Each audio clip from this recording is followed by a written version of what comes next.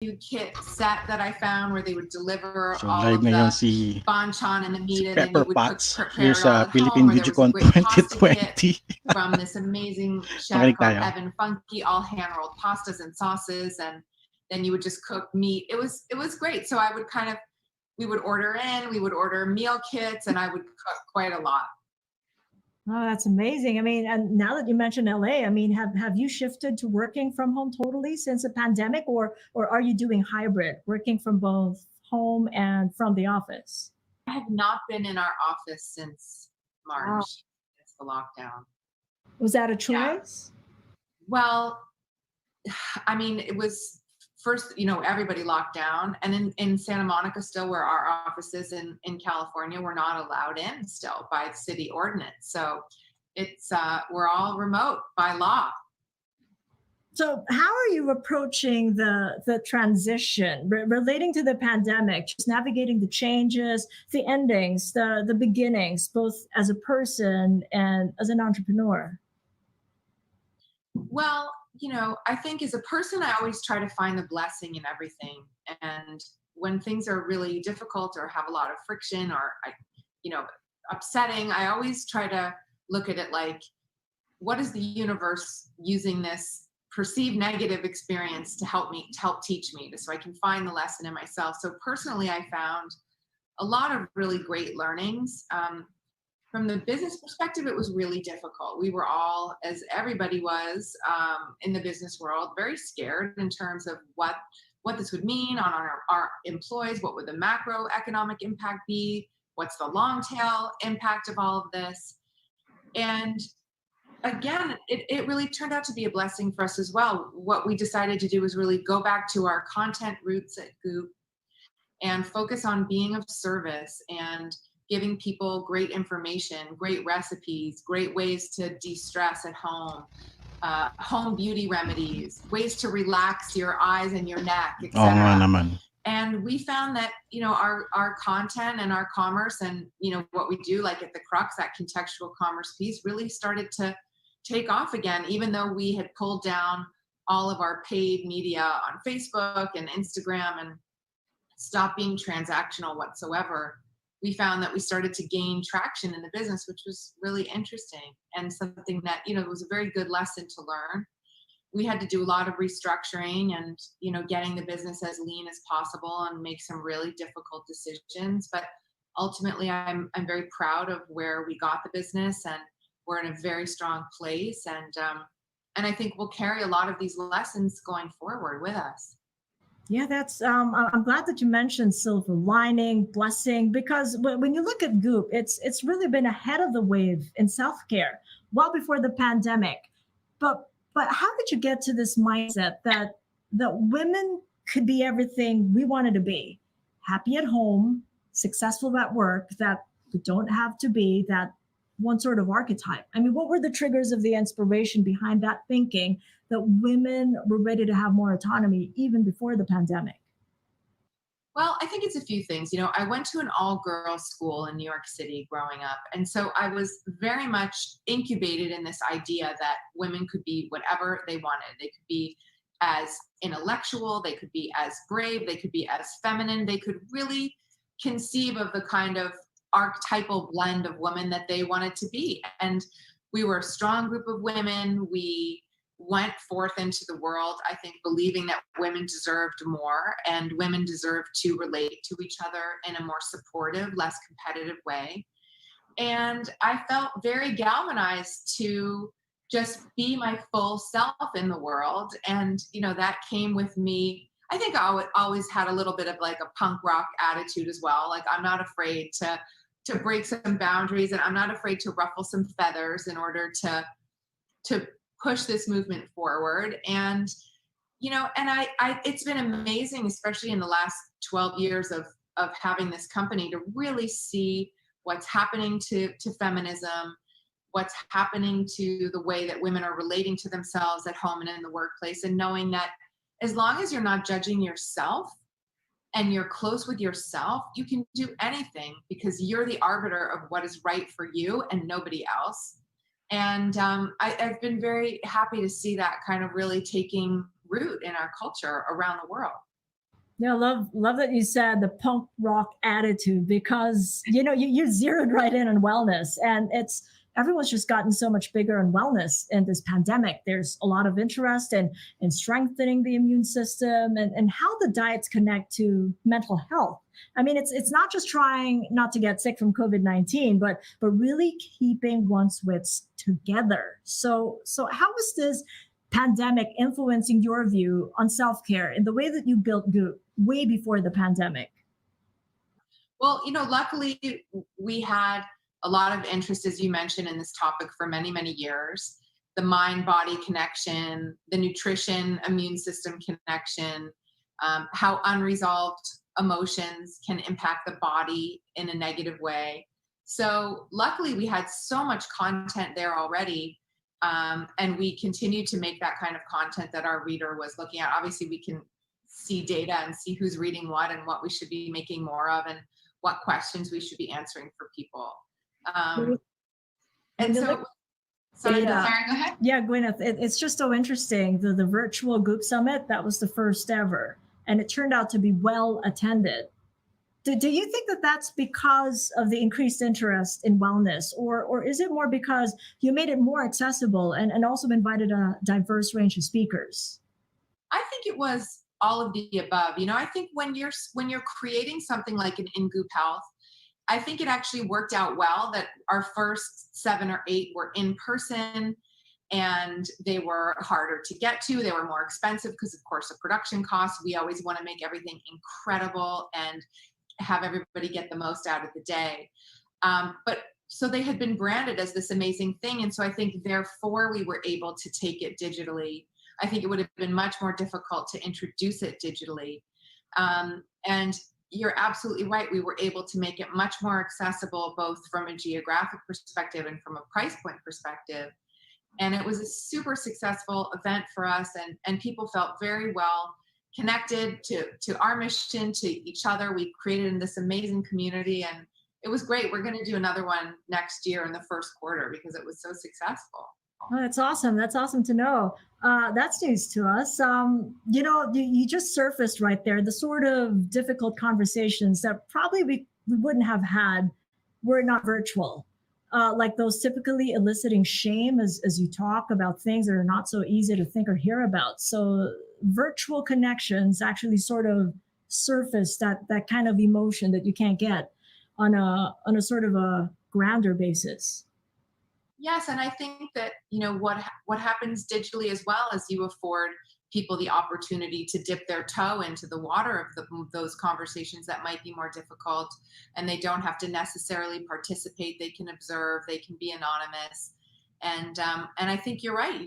For those women who are just exploring this idea of wellness, sexual wellness, nutritional wellness, mental wellness, it's a more private forum digitally. Yeah, you mentioned women, and I'm wondering about your target audience. I mean, is the pandemic changing your target audience? I mean, your target audience pre-pandemic are high-income individuals, mostly women, with an interest in personal well-being. But do you think that market has broadened? We never set out to really have that as a demographic. I think that that demographic had a very early interest in wellness and were sort of the trailblazers in their own community. So we kind of found them first. But over the ensuing years, we've really broadened all of our price points across all of the verticals. And we are reaching a much, much wider demographic, which is great because a lot of people are very interested in self optimization and what are the tools that they need to really be their best selves, both from a topical perspective, internally, ingestible, spiritual, everything. So it's been amazing to see our audience really grow in terms of demographic. It has. I mean, when you look at beauty content and the products that have been popular in Goop during the pandemic, they really reflected on the DIY trend. I mean, I look at your in-house brand, Goop Glow.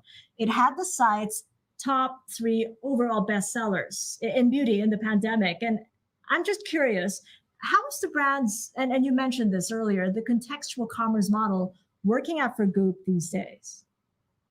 I think we were very blessed because when I started, it was just a newsletter. I was just sending content and I wasn't trying to monetize anything.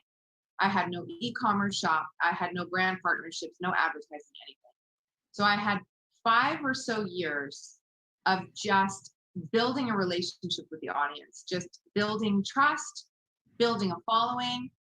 And that's very rare, mostly because I was too shy to actually monetize the business. But Were you? and, Were and you really shy?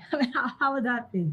I just felt like, how can I start a business? I'm an actress. People are going to make fun of this. They're not going to understand why I'm doing this. So I had a lot of trepidation about it. It took me a long time to do it, but in that time, I was building this amazing following, and that is how contextual commerce really starts. That you have people who really believe what you're talking about, are aligned with your values. You're very explicit about what those values are, why you're offering certain things you're offering.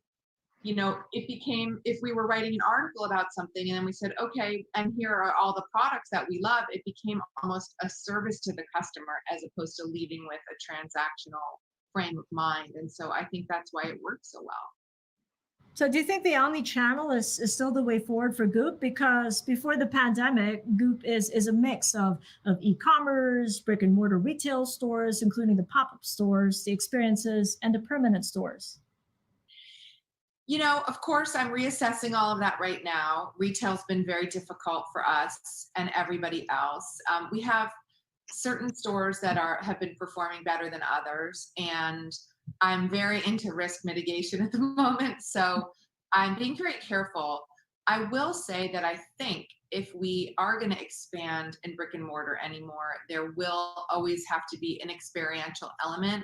We did a pop-up in Florida this past fall before the pandemic started, of course.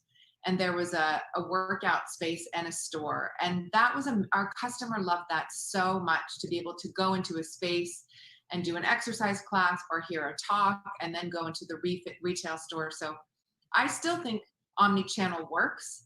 I just think that we're just in for a little bit of a bumpy ride, maybe for the next couple of years in terms of physical retail. Now, to your point on risk mitigation, just how much more important do you think digital connectivities become for Goop, especially for a brand that's focusing more on online presence, as the pandemic's kept a greater number of people staying and working at home? I think you're seeing across all e-commerce businesses, all digital media platforms, that those who are creating good product and content or offering a good service, everybody's growing. So that's good for those of us who are lucky enough to have a digital component, and it's been harder for those of us who have a physical business as well, or people who are only in physical businesses. But I certainly am thinking about ways to grow our digital businesses and to continue to really reach those customers through the digital platforms. It's a much more efficient business, and I'm worried about what this next year is going to hold. So it's a very strange moment to be alive. We're living history. It's pretty wild. That's true, and it's a blessing to be alive. And speaking with you, in fact, I mean, we've done what, about 7 8 months, and we're still healthy, and we're here. It's a true blessing. I've got a couple of questions here coming from the audience. A question about your global business. You've expanded outside the U.S. in 2018, and the question here is: are you hoping to expand that further? Maybe reach Asia, where we are. Yes, absolutely. In fact, we will have an announcement hopefully coming very soon about a particular aspect of our Asian expansion, and hopefully that will be the start. We've actually just started shipping through a beauty e-commerce retailer called Mecca in Australia and New Zealand. So hopefully then next we'll be able to go into Asia, and we do have an exciting announcement coming soon. Wow, that's news.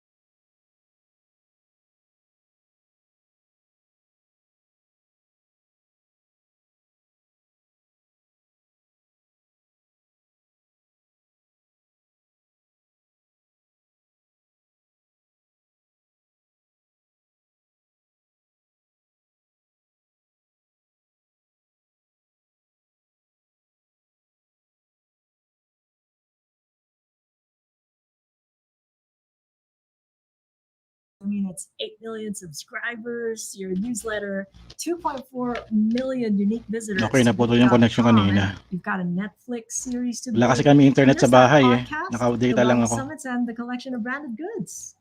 No wonder I'm exhausted. You don't look it at all. It's the Goop Glow products, that's why, and concealer, mascara. I have to say, this business has been so interesting and such a steep learning curve for me. And I have learned on the job. I have made so many mistakes. I have wasted millions of dollars. I look back and think, my God, I wish I had known X, Y, and Z before I had made this mistake or that mistake. But I think I've come to a place where I'm very philosophical about it, and I'm proud of myself for taking the risk. I'm proud of myself for all of our failures because we've learned so much through the process. And I can only expect to be as good of a leader as I am today, as long as I'm being very accountable with myself and how I operate and have a very honest relationship with my team. I can only be as good as I am today. So that's kind of the way I look at going forward as well. Yeah, I like that you humbly share that you've had a lot of mistakes. Could you pick one for us that you've learned from dearly that's brought you to where you are right now? I mean, I suppose that the biggest mistakes I've made in aggregate have been around the technology piece of the business because I knew so little about it. I started with the worst e-commerce platform that you could imagine, that broke all the time, that you had to, stick widgets in all the time. It always broke. It was very capital intensive, hires that didn't understand what we were trying to build, so much software that we didn't need. So I would say that would be the area where I really made the most mistakes and the most costly mistakes. Yeah, but it's not like you didn't have a think about where you wanted to go, because it's interesting that you thought about going into business when you were 17. At the time that you were really busy with your acting debut in High, you got drawn in just reading Barbarians at the Gate. I mean, that's a classic business book. What got you interested in setting up your own? Well, I just always was very intrigued by business and the kind of chess game of business, and how, I grew up in New York City, and so many of my friends' fathers were these big businessmen and, running private equity or running these big investment banks. And I was just fascinated by it. And when I got the nerve to ask them questions at the dinner table, sometimes I was always fascinated by the answers. So but then of course I became an actress, and I thought, this is great too, but I really always secretly wanted to be in business. Yeah, you had the best of both worlds. You straddled two jobs for a time, acting and managing Goop. But what were the signs that catalyzed you at the height of your showbiz career, that you were feeling to become conscious that you were going to go the way of an entrepreneur? It felt very natural, which is so strange, and I fought against it for a while because I thought, I have this great career and everybody knows me as an actress, and how am I going to start a business and no one's going to take it seriously, etc. But I just kept following it was like almost like I was holding on to, the tail of a kite, and it was just pulling me towards the business. And with every step I enjoyed it more and more, and with every problem I was more inspired to figure out ways to solve them. And before I knew it, here we are. It's amazing. Following the kite, following your heart.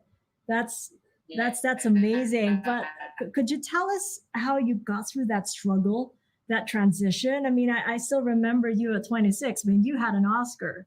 Still remember you in that beautiful pink Ralph Lauren dress. I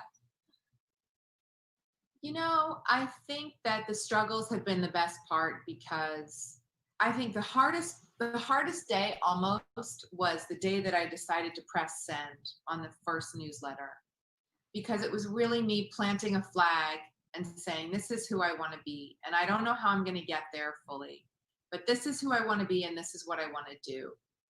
And it had such a strong reaction. I mean, I remember, I was just sending out this little weekly newsletter with some recipes and some wellness ideas and travel things. And the New York Times wrote this huge piece about what was I doing and why was I doing this. And everybody was so confused by it. So I think, having the courage to do it and to keep doing it in the face of people criticizing us or trying to poke holes in what we were doing, and just staying the course and really keeping the bullseye in our sight and knowing, no, we're doing this because we really want to show women that they can be whatever it is they want to be. They have the right to ask questions about whatever aspect of their life they want to. Every woman deserves agency. She deserves to feel powerful. So we just kept going. So how did your family react that you were going to take that leap from showbiz to corporate business? Well, for a long time, my mother was really disappointed. And she always loved me as an actress and was very proud of the career that I had been able to develop. So I promised her if I ever sell the company or go public that I will do a play. Have you figured out which one it's going to be if you were to do a play? No. No. Maybe I won't exit until I'm 75 years old. Who knows? So I'll have to see. Well, it's basically an entrepreneur coming out of the woodwork of an artsy household. I mean, your late dad Bruce was a film director and producer. Mom Blythe Danner, 20 award winning Hollywood actress. So where or who in the family do you think you got your inclination to do business? Um, it's a really good question. I think that to be an artist is very entrepreneurial, and people don't always make that connection. But when you're an artist, you have to hold this big idea for who you can be and what you can achieve. And you have to have a level of self-belief that really only entrepreneurs have. And you have to keep going when everybody tells you no. And you manifest your life for yourself. And that's what entrepreneurs do as well. So I think there is a very close spirit between an entrepreneur and an artist.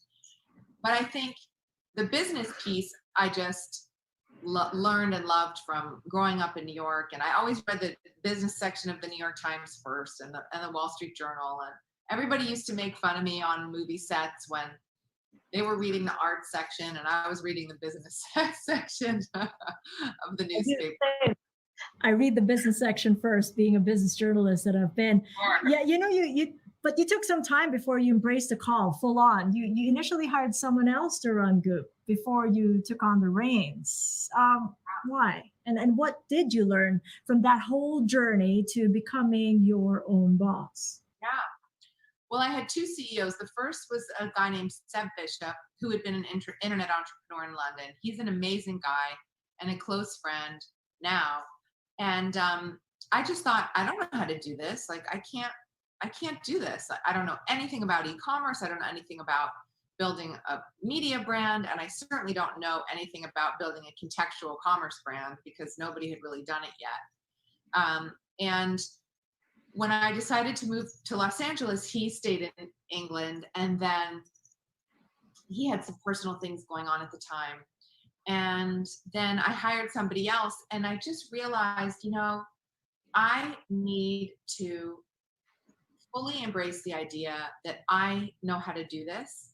And so I kind of just took the leap. And I think it was the right decision for the company. I don't know that I'm the appropriate person to stay CEO for the rest of the trajectory. I mean, I certainly don't want to be a CEO of a publicly traded company. I can tell you that right now. So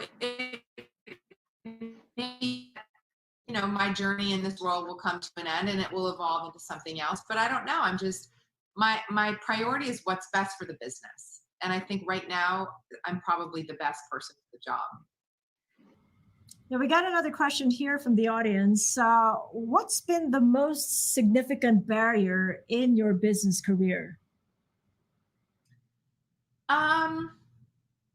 I think, it was difficult to raise money as a woman, raising money for a business that was focused towards a female consumer. I mean, it's well traversed information what little percentage female entrepreneurs get from the capital markets. So I think that was hard. It was difficult to explain what I was trying to do to all of these white men, essentially, who at the time ran venture capital. Um, and we needed funding in order to really grow and expand. So I would say that was the hardest. I think it's getting easier for women now. There's certainly a big call to bolster a more diverse group of entrepreneurs. So I do see that happening, which I think is great. Right, Gwyneth, I lost you there a little bit, but I did hear your answer. I just wanted to pick up on women at home, because it used to be that school hours were most productive for women entrepreneurs, but with all the family members working or studying from home, the chores have ended up significantly with the women, and the work piles up. So the judgment on women trying to have it all isn't any longer a choice, but it seems to have been forcibly imposed on us women. So, how do you think we should manage? How do you manage? Well, I'm And very we are lucky in back. this respect because my children are now 16 and 14, and they're pretty autonomous. And my daughter can cook. She is there. My kids are very responsible about school. I don't have to say, okay, it's time to get on the computer. I don't have to sit next to them. My friends who have younger children are really, really struggling. And I think those are the mothers who I honestly do not know how they're doing it. And like my hats are off to them. It's wild. I can't imagine. I don't know how women entrepreneurs or women people who work at all are coping. But I think every family has had to figure out how they can do it and how to make it work. We all have to survive. We all have to eat. We all have to nurture each other. We have to work. And I think it's different for every household. I would just say to, any woman out there who's struggling, like just be easy on yourself, because if you feel like you're trying to do all of these things and failing and then you're beating yourself up, that's the worst. It's like just do what you can, do what's in front of you, and do your best. Talked about your mom earlier about you going into business, but what about dad? Because your late dad Bruce, as you've described him as your rock, the guy you went to with every problem. You always felt closest to him when you're in the kitchen, and that's what you wrote in the cookbook here. My father's Yeah. daughter. What do you think he would have said of you becoming an entrepreneur? Oh, he would have been so thrilled. He would have loved it. He was very interested in business too, and I think he would be very proud of what we've been able to achieve. And that very same book channeled the ethos that Bruce had shared with you, and that included, among others, to invest in what is real. How have you come to appreciate what that means, investing in what's real, as you journeyed from your 20s, 30s to your 40s and onwards? I think that in my 20s, I, like a lot of women, were chasing all of these ideas of what we're supposed to be and what we're supposed to achieve and who we're supposed to marry and all of this stuff. And we're on this hamster wheel running after these ideas of what actually other people think is right for us. And I think one of the most beautiful gifts of being in my 40s have been that I have had found such a profound connection to what is real. And what I mean by that is all of the things that feed your heart, and they're all free, and it's all about loving yourself, loving the people that you love, being connected to yourself, making sure that you're not sublimating emotions, being clear about what you think and feel, having the courage to speak honestly. And though that's really the foundation for knowing yourself and liking yourself and having a life that is of a good quality. Stopping caring what other people think is so liberating. And you're surrounded by people who love you. I mean, you celebrated your birthday a month ago. Happy birthday. Thank you. And you also celebrated your second wedding anniversary with Brad last month. Happy anniversary. Thank you. Amazing, amazing month. How did those go? Just so wonderfully well. I just feel so, so, so lucky. My husband is just the most extraordinary, loving, intelligent man. I can't believe that we found each other. I'm so grateful to have the relationship. And, I think when you have a marriage that doesn't work out, you could hold that as a failure, or you could hold that as something to be ashamed of. And instead, I've just used it as this amazing building block to find the life that I really want. And I think the life that I deserve. So I feel very grateful, very, very grateful. So, what do you think makes a marriage work? What's the secret sauce? I think, I don't know for anybody else, but I'll tell you what works for us. We like to do a lot of the same things. So, and we like to eat a lot of the same stuff. We always have the same idea about what to have for dinner. We love to walk and be physical. We also really like our quiet time. And we are very, I think, very, very good communicators. He's a better communicator than I am, but Okay, we are experiencing some buffering because wala itong Um, problema, of pati you ako and Apple napuputol together din. with Ayan na, Mother okay na. Life. I mean, that was like three generations there of women, of really happy and connected women. How would you describe the relationship you have now with your mom and your daughter, where you are?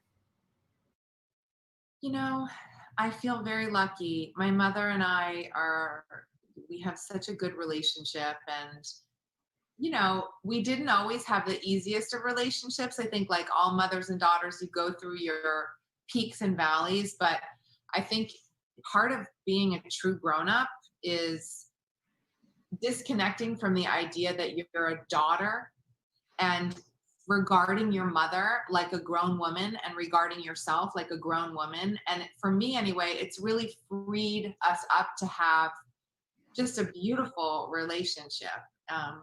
And then with my daughter, I'm just like, I am so in love with her. She's the best. And we are, so far, knock on wood, we don't have a lot of that teen mother daughter friction.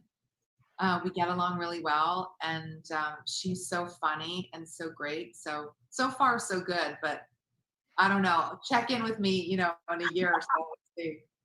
But you did post a beautiful message for her during her birthday, her 16th birthday. That was really beautiful.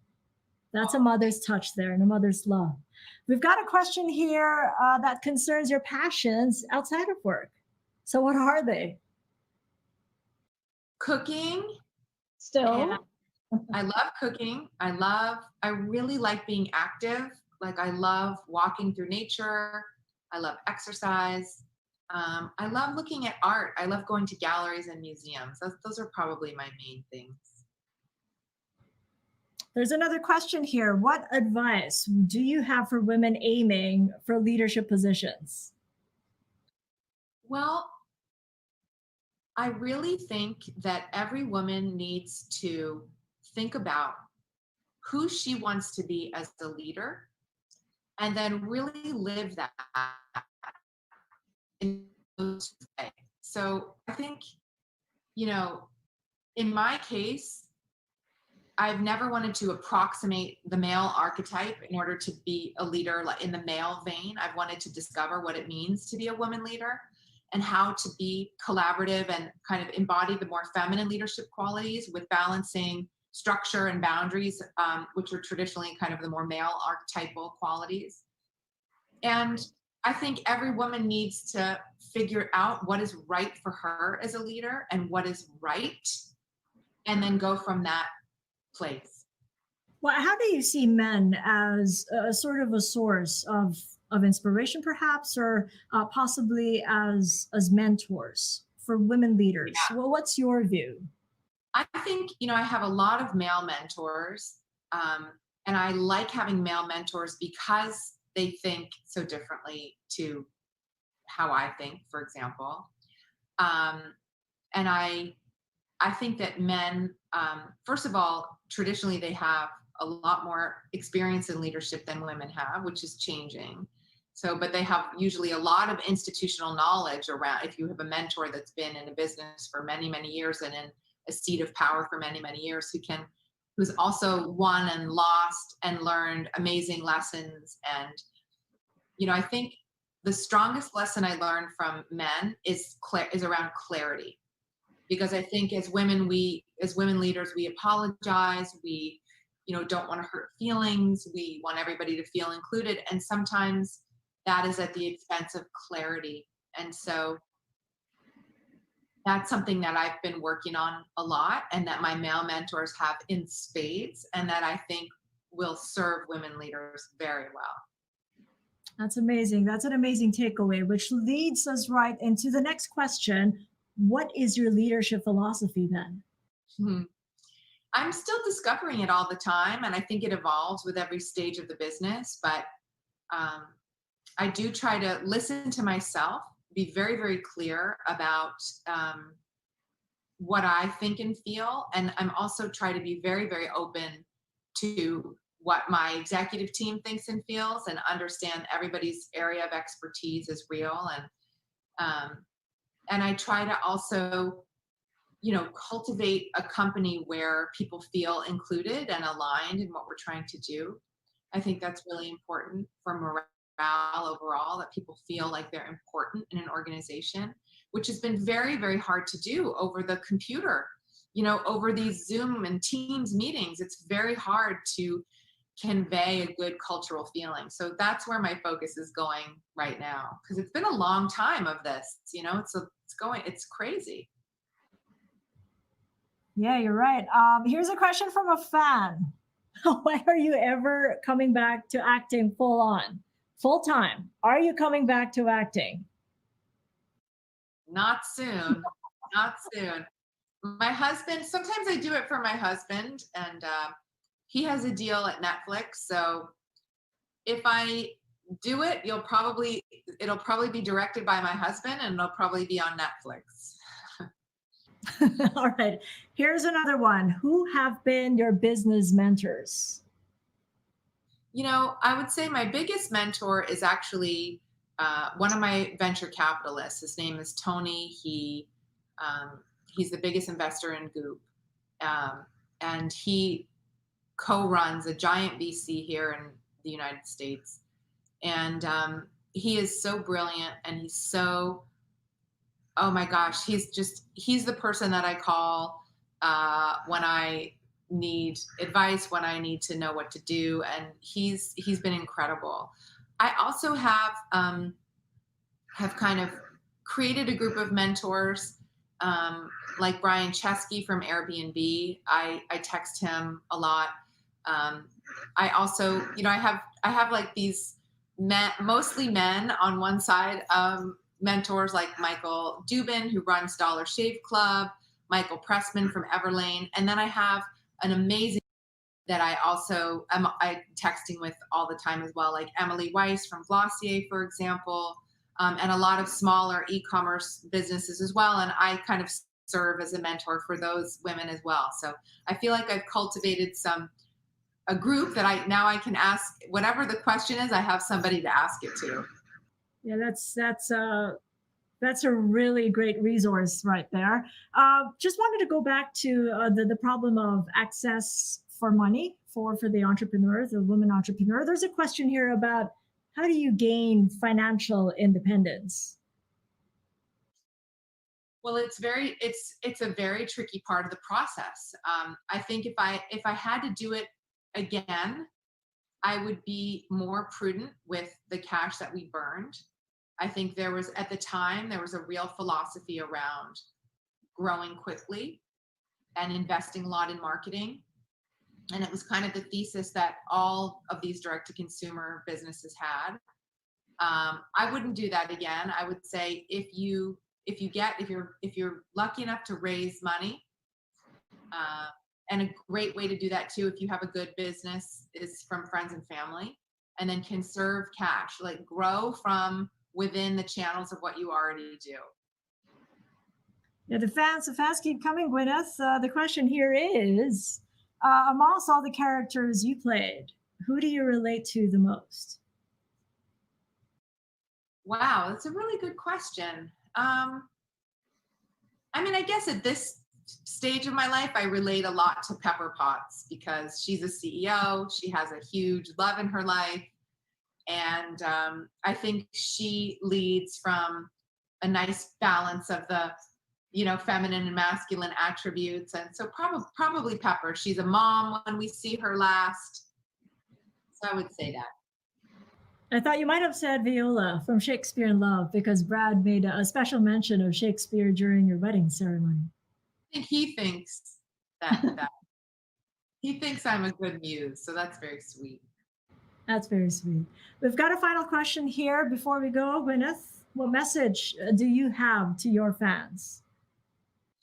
What I would like to say to all of you fans out there, thank you so much for sticking with me through all these years, like over 20 years of me being a public figure, for being an actor and now an entrepreneur. And the fact that you all have stayed with me, I can feel your love and support. And I'm just so grateful to have this family of people out in the world who support me. So I want to say I love you and thank you. You got a lot of fans here in Asia, and you're not going away, Gwyneth. You're coming here to Asia with Goop. Right. So carry on surprising us. It's been such a pleasure catching up with you, Gwyneth. Thank you so much for the opportunity, for being who you are as a mom, a wife, daughter, business leader, innovator. You give great reason to follow our hearts and hold tight through this challenge we're facing. Keep well, Gwyneth. Thank you much. And thank you for your thoughtful, great questions. You were wonderful. Thank you. You're equally wonderful. Thank you so much. And good health and continued happiness to your loved ones. Take care. Thank you. Bye. Bye.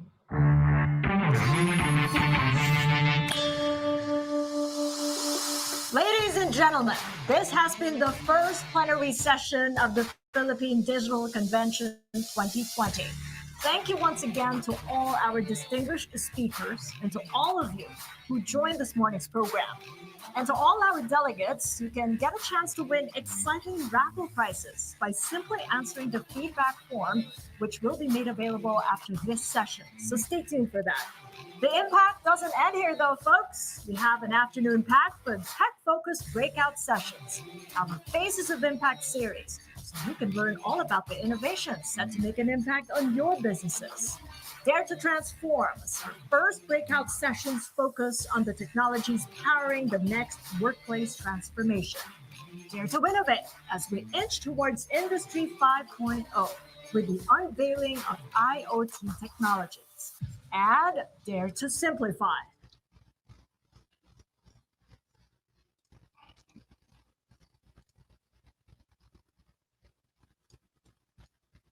So that's it, guys. That's our feature for today. As you can see, na nag-guest speaker si Miss Gwyneth Paltrow dito sa Philippine Digicon 2020. So napakaganda na yung kanyang mga sinabi, very inspiring.